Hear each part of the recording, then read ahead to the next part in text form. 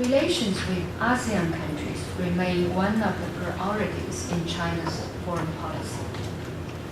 China-ASEAN relations have come a long way in the 21 years since the establishment of the Dialogue Partnership in 1991. Through these years, China and ASEAN have remained committed to the spirit of good neighborliness, friendship, and mutual benefit, despite changes in the international situation. China has all along supported a stronger ASEAN through unity. We highly value and have worked actively to promote our relations with ASEAN. China was the first country to establish the strategic partnership for peace and prosperity with ASEAN, and the first big country outside the region to accede to the Treaty of Amity and Cooperation in Southeast Asia. We were also the first country to launch the FTA negotiations with ASEAN, and together we have put in place the largest FTA among developing countries. All these endeavors serve the interests of all ASEAN countries and China. China firmly supports ASEAN's leading role in regional cooperation. The existing regional cooperation mechanisms in East Asia should develop with ASEAN in the driver's seat. China-ASEAN cooperation now covers more than 20 areas. China has become the largest trading partner of ASEAN, and ASEAN the third largest for China. Bilateral trade volume rose from less than $10 billion in 1991 to $362.8 billion in 2011, an average annual increase of more than 20%. We have set a target of $500 billion in two-way trade by 2015. Cooperation in mutual investment in finance is also showing strong momentum of growth. By the end of 2011, the total volume of Chinese investment in ASEAN countries reached $15 billion. In recent years, China-ASEAN economic cooperation has expanded to areas like high technology, green industry, and sustainable development. China and ASEAN countries have not only common interests, but also shared stakes. During the Asian financial crisis in 1997, China worked very hard not to depreciate its currency, thus contributing to regional economic and financial stability. In the recent global financial crisis of 2008, China took a series of initiatives to support sustained and healthy economic development in ASEAN. These include, among others, the establishment of the China-ASEAN Fund on Investment Cooperation and the provision of $25 billion credit support to ASEAN. China actively promotes cultural and people-to-people exchanges with ASEAN countries. We believe people play an essential role in enhancing state-to-state relations and interactions between people are instrumental to stronger friendship. The two sides have drawn up a plan to increase the number of Chinese students in ASEAN countries and ASEAN students in China to 100,000 respectively by 2020. At the China-ASEAN Summit of 2010, a target was announced to have 15 million mutual visits in the two sides by 2015. We need to further tap the potential of cooperation in education and tourism and encourage more two-way flow of students and tourists. During the recent EAS summits, Premier Wen Jiabao of China enunciated that China is willing to increase dialogue and enhance cooperation with ASEAN members in security and strategic fields, and to make further contribution to East Asia's lasting peace and prosperity. China supports ASEAN's bid to seek strength in unity. China opposes not only hegemony and power politics, but also the idea of regional affairs managed or dominated by big powers. The Premier Wen asked the ASEAN partners to fend off all kinds of disturbances and push forward the integration process in a comprehensive manner in a bid to promote a long-term, high-quality development of East Asia. As the Chinese saying goes, distance tests a horse's strength. Time reveals a person's heart. The development of China-ASEAN relations serves the interests of peoples on both sides. It also contributes to peace, stability, and prosperity in East Asia and the world at large. China-Philippine relations are characterized by a legacy of 1,000 years amicable exchanges between our two peoples.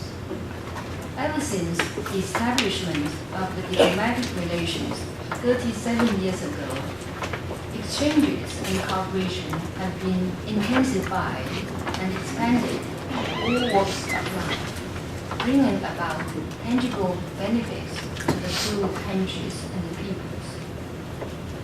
The two sides are important trade and economic cooperation partners. Two-way trade has grown steadily, peaking the historic high of $32.2 billion last year.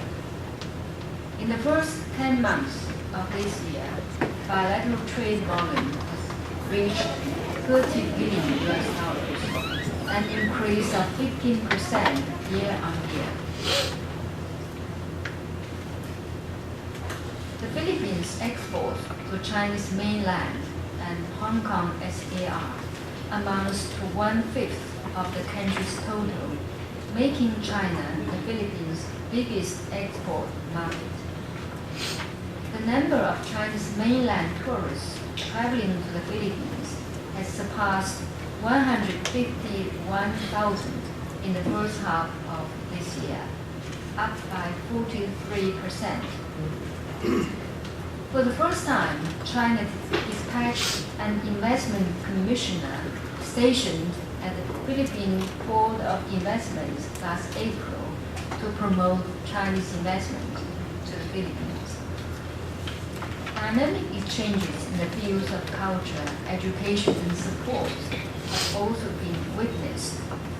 The launching of the Years of China-Philippine Friendly Exchanges of 2012 and 2013 has further prompted bilateral interactions.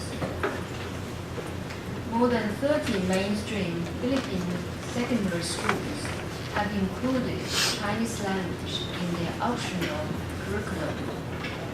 3 Confucius Institutes have provided access for the Philippine people to know about China. Interactions between institutions of higher education have been active as well. During President Aquino's official visit to China last year, the two sides reached broad consensus on further strengthening China-Philippines cooperation and properly handling problems. Among others, the two sides are committed to double two-way trade and two-way tourism by 2016. I think there are a lot we can do together. So let's get down to work. So thank you very much.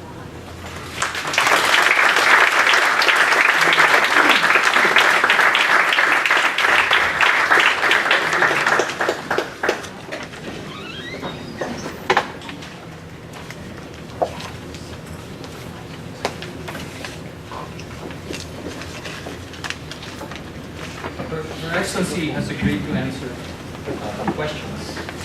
The floor is open. Please speak into the microphone so all can hear you. Testing. 马大使，你好。我认识你很高兴。Good evening, Ambassador. My name is Aisa Ang. I'm an MBA student here at AIM.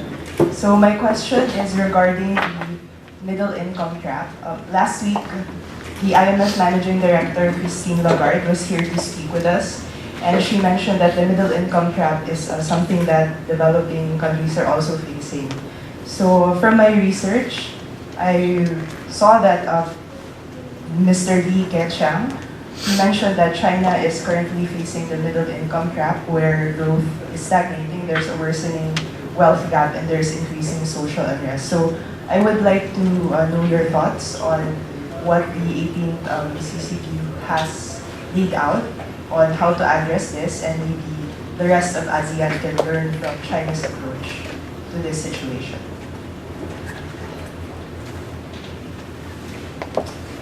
Yes, I think this is one of the big challenges China is faced.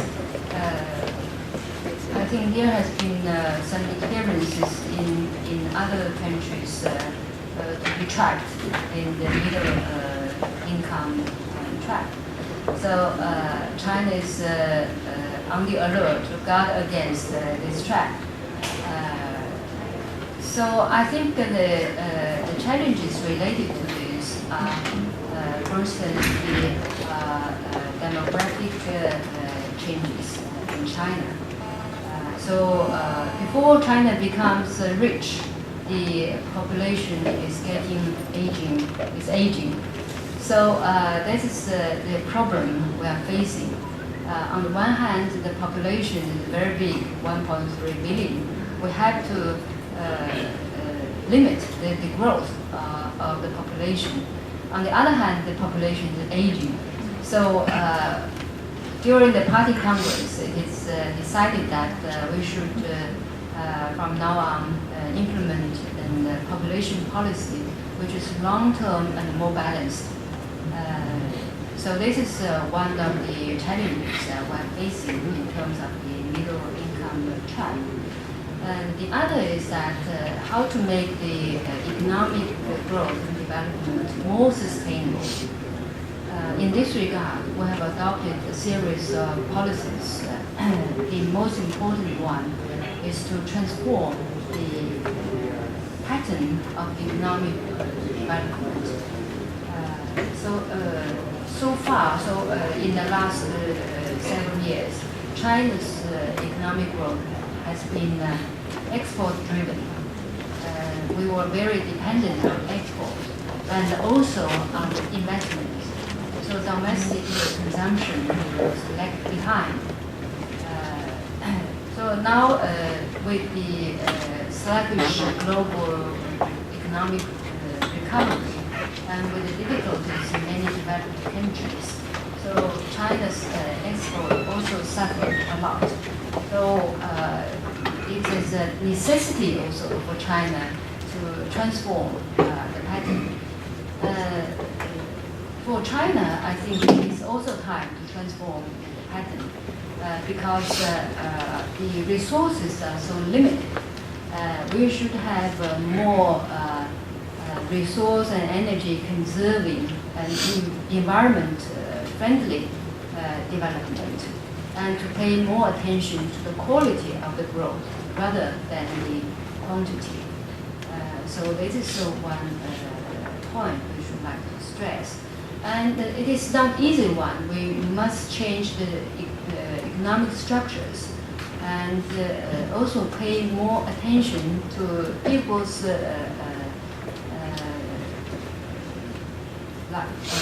living standard. Because when people feel secure, they have the safe social security net, they can consume their money. So this is also related to this issue. So, but on the whole, we think that we still have opportunities to avoid the medium income trap, because we believe that for China's economy, there's still great potential to sustain comparatively rapid growth in the years to come. There are several internal drivers, like the urbanization. Urbanization in China is just past 50%, while the average urbanization rate in developed countries is over 80%, and the average in the world is more than 50%. So there is a good, big room for China's urbanization. And then also the science and technology development. So far, products are made in China, but not invented in China. So there are big room also for China to improve the inventions and technology development and so on. Thank you, Ambassador. 谢谢你。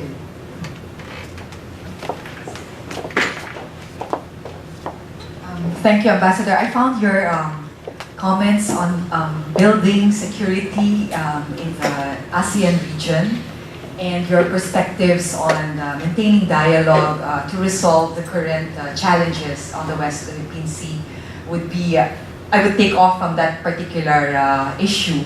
So my question is actually when you mentioned on the idea of building trust and dialogues as a means of addressing this particular concern, what confidence-building measures do you think might be feasible for China and the Philippines to explore, to be able to address the challenges on the West Philippine Sea? So from your experience and as a diplomat and your perspectives from the recent party leadership changes.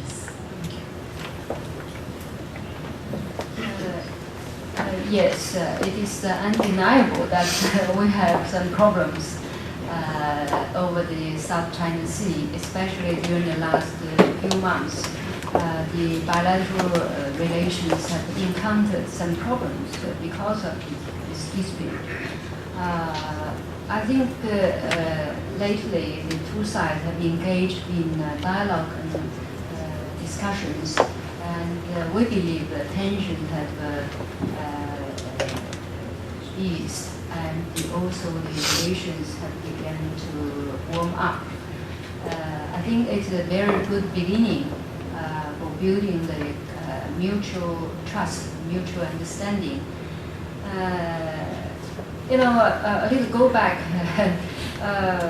Before I came, I imagined that there were so big Chinese Filipino community, and the two peoples have had over 1,000 years of interactions.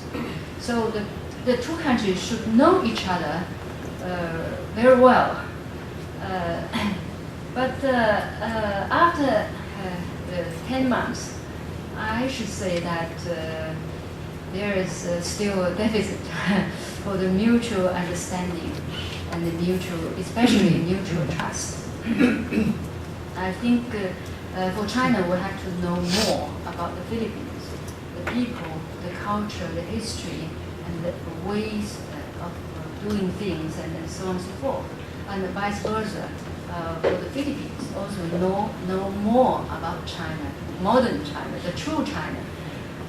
So in this regard, we have a lot to do for the people-to-people exchanges and cultural exchanges and exchanges at every different levels, officials and scholars and students and so on and so forth. I think just now I mentioned in my speech that people-to-people exchanges are most fundamental in the state-to-state relationship.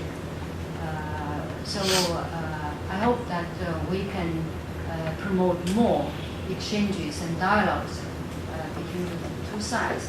If the other side know